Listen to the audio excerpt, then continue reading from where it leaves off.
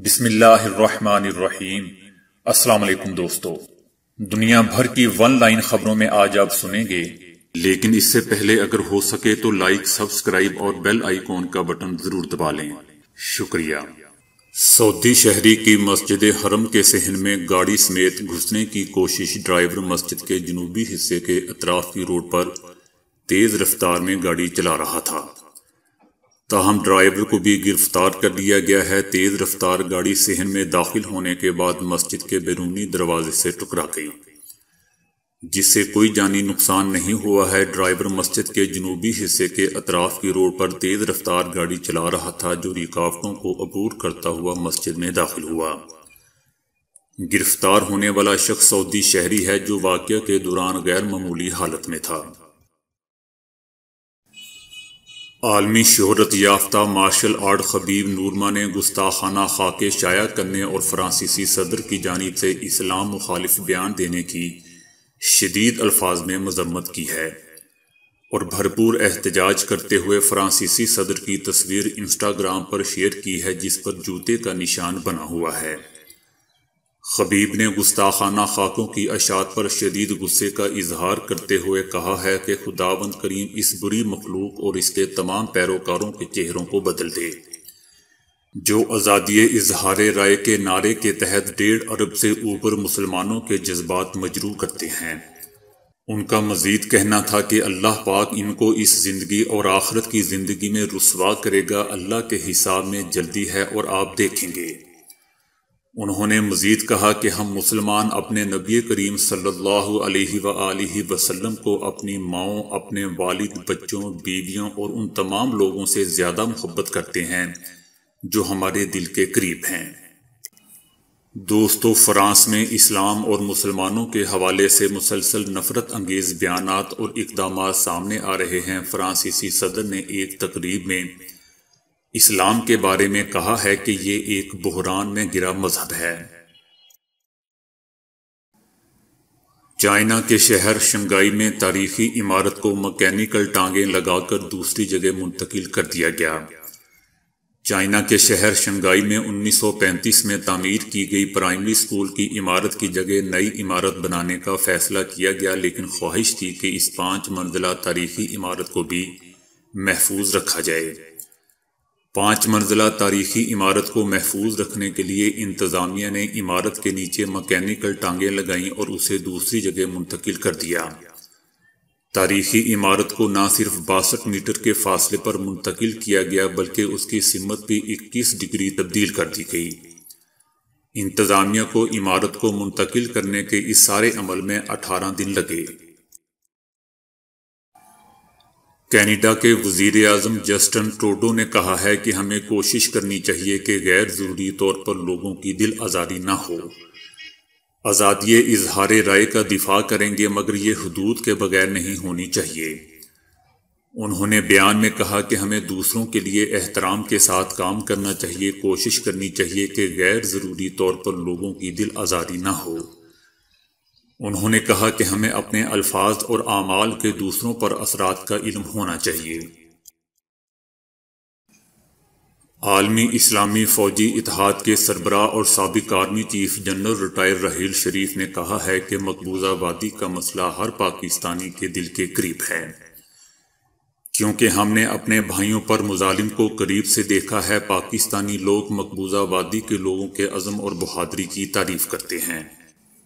ان کا کہنا تھا کہ تقسیم ہند کے بعد سے ہی غیر قانونی طور پر مقبوضہ وادی میں انسانی حقوق کی ہولناک خلاف ورزیاں ہو رہی ہیں۔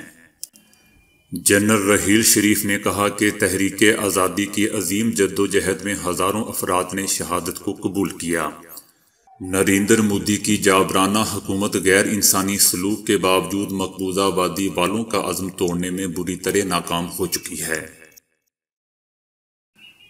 امریکی صدارتی الیکشن میں 2 دن رہ گئے ہیں۔ امریکی میڈیا کے مطابق عوامی سروے میں صدر ٹرمپ کے مقابلے میں جو بائیڈن کو سبقت حاصل ہے۔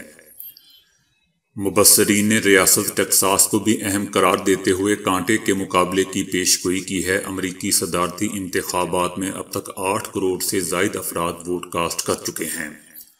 ریپبلکن رہنما ساجد طارق ٹرمپ کی جیت کے لیے پرعزم ہیں اور کہا ہے کہ گزشتہ انتخابات کی طرح امریکی لوگ سروے رپورٹس کو مسترد کر دیں گے اور صدر ٹرمپ آئندہ 4 سال بھی وائٹ ہاؤس میں ہی گزاریں گے۔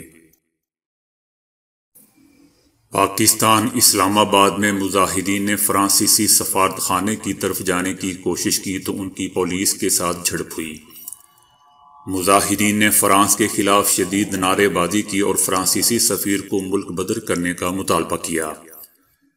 مظاہرین نے فرانسیسی سفارتخانے کی جانب بڑھنے کی کوشش کی تو پولیس نے انہیں آگے جانے سے روک دیا۔ مشتعل مظاہرین نے جواباً پولیس پر پتھراؤ کرتے ہوئے پولیس چوکی کے شیشے توڑ دیے اور ریڈ زون کے باہر گرین بیلٹ پر گھاس کو آگ لگا دی۔ اس کے علاوہ جماعت اسلامی، جمعیت علماء اسلام اور دیگر مذہبی اور سیاسی تنظیموں نے ملک بھر میں فرانس میں گستاخانہ خاکوں کی اشاعت کے خلاف یوم احتجاج منایا۔ مظاہرین نے پاکستانی حکومت سے فرانس کے ساتھ سفارتی تعلقات ختم کرنے اور فرانسیسی مصنوعات کا بائیکاٹ کرنے کے مطالبات بھی کیے۔ رانا ثناءاللہ کا کہنا ہے کہ حکومت کو اپوزیشن کے بیانات بھارتی بیانی سے منسوب کرنے کے سوا کوئی کام نہیں۔ رانا ثناءاللہ کا کہنا تھا کہ ملک پر نالائق اور نااہل ٹولہ مسلط ہے، مہنگائی بڑھ رہی ہے، معیشت کی تباہ حالی بھی سب کے سامنے ہے۔ بجلی، چینی اور آٹے کی قیمتوں کا بوجھ لوگوں پر ڈالا جا رہا ہے، ملک میں کوئی عوامی فلاح کا کام نہیں ہو رہا، جس کا جو دل کرتا ہے وہی کر رہا ہے۔ سردار ایاز صادق کے بیان سے متعلق ان کا کہنا تھا کہ آئین کے تحت ایاز صادق کا اسمبلی میں دیا گیا بیان چیلنج نہیں ہو سکتا۔ محض انتقام کے باعث ایاز صادق کے بیان پر بے عزتی کی جا رہی ہے۔ اگر انہوں نے کوئی غلط بات کی تھی تو کیا اسپیکر سوئے ہوئے تھے؟ اسپیکر نے ایاز صادق کا بیان حذف کیوں نہیں کیا؟ دیگر حکومتی وزراء اور اراکین بھی ایاز صادق کے بیان پر خاموش تھے۔ ان کا مزید کہنا تھا کہ پی ٹی آئی حکومت صرف مخالفین کے خلاف انتقامی کارروائی کر رہی ہے۔ حکومت نے جھوٹے مقدمات میں اپوزیشن اراکین کو پھنسایا ہوا ہے۔ اپوزیشن کے خلاف انتقامی کارروائی افسوسناک ہے۔ شہباز شریف کے خلاف بے بنیاد کیسز کا پروپیگنڈا کیا جا رہا ہے۔ ایجنڈا کچھ ہوتا ہے اور وزیر اعظم کہتے ہیں کہ میں کسی کو نہیں چھوڑوں گا۔ وزیر اعظم اپوزیشن کو گالیاں دینے والوں کی تعریف کرتے ہیں۔ انتقام کی آگ گلی محلوں تک پھیل گئی تو حالات قابو میں نہیں ہوں گے۔ ان کا مزید کہنا تھا کہ مریم نواز شہباز شریف کی بیٹی ہیں، ان کے درمیان کوئی اختلافات نہیں ہیں۔ شیخ رشید احمد کا کہنا ہے کہ نون لیگ کی طرف سے جو کچھ بھی کہا جا رہا ہے وہ غیر ملکی ایجنڈا ہے۔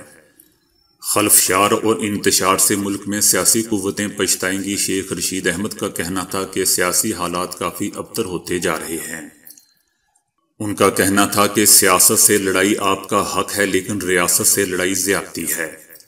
عقل کے اندھوں کو اندازہ نہیں کہ سیاست خطرناک مرحلے میں داخل ہو چکی ہے۔ سیاست سے لڑائی کرنی ہے تو عمران خان میدان میں ہے، اور اگر ریاست سے لڑائی کرنی ہے تو اس کے نتائج برے ہوں گے۔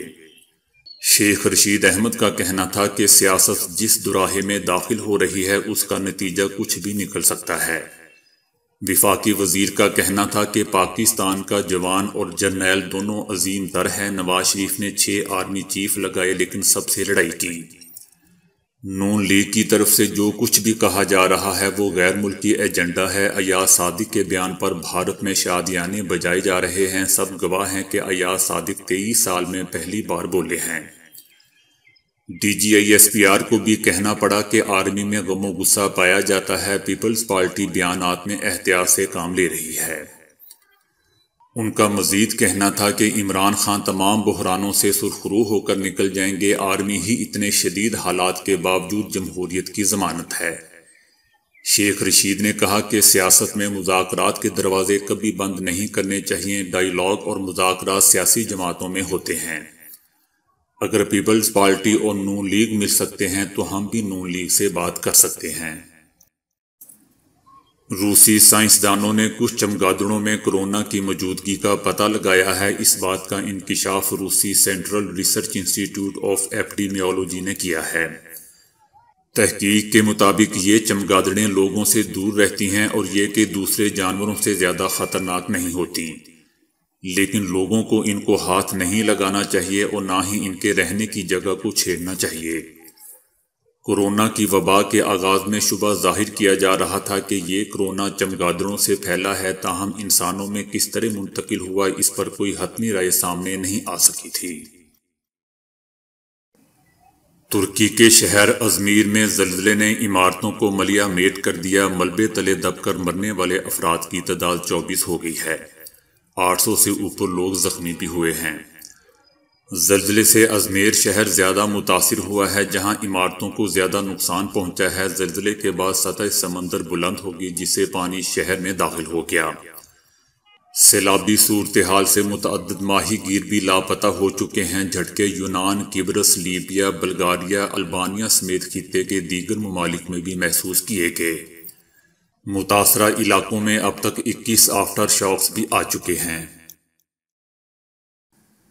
ترک صدر رجب طیب اردوان نے کہا ہے کہ آج ہم 20 سال پہلے کے مقابلے میں اور بھی زیادہ طاقتور ہیں، ہمارا ایمان اور بھی زیادہ مضبوط ہے۔ اپنے ملک کو 2023 کے اہداف پر پہنچا کر ہم اپنے علاقے اور دنیا میں بالکل ایک نئے دور کا آغاز کریں گے۔ مسلم لیگ نون میں سابق وزیر اعلیٰ بلوچستان ثناء اللہ زہری کو پی ڈی ایم کے کوئٹہ جلسے میں نہ بلانے پر تنازع شدت اختیار کر گیا ہے، جس کے بعد پارٹی کے صوبائی صدر لیفٹیننٹ جنرل عبدالقادر بلوچ نے مستعفی ہونے کا فیصلہ کیا ہے۔ لیفٹیننٹ جنرل عبدالقادر بلوچ مستعفی ہونے کے حوالے سے باضابطہ اعلان پریس کانفرنس میں کریں گے۔ شاہد خاقان عباسی نے پارٹی قیادت کی مشاورت کے بعد ثناء اللہ زہری کو جلسے میں مدعو کرنے سے انکار کرتے ہوئے کہا تھا کہ ثناء اللہ زہری 2.5 سال سے ملک میں موجود نہیں ہیں اور وہ پی ڈی ایم کے جلسے کا حصہ نہیں بن سکتے۔ شاہد خاقان عباسی کا مزید کہنا تھا کہ پارٹی قائدین کا موقف ہے کہ ثناء اللہ زہری نے نواز شریف کے منع کرنے کے باوجود وزارت اعلیٰ بلوچستان کے عہدے سے استعفیٰ دے دیا تھا۔ دوستو، lieutenant general retired Abdul Qadir Baloch Nawaz Sharif کی کابینہ میں وفاقی وزیر بھی رہ چکے ہیں اور اس وقت مسلم لیگ نون بلوچستان کے صدر بھی ہیں۔ بھارتی وزیر اعظم نریندر مودی نے پاکستانی سیاستدانوں کے حالیہ بیانات کو اپنے جلسوں کا حصہ بنا لیا ہے۔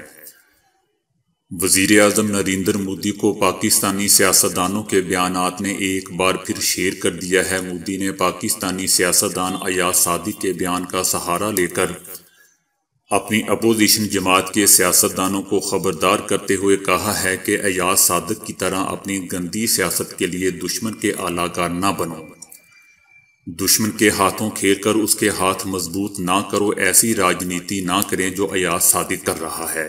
تو دوستو، آج کے لیے اتنا ہی۔ ویڈیو کو لائک اور شیئر کرنے کا بہت بہت شکریہ۔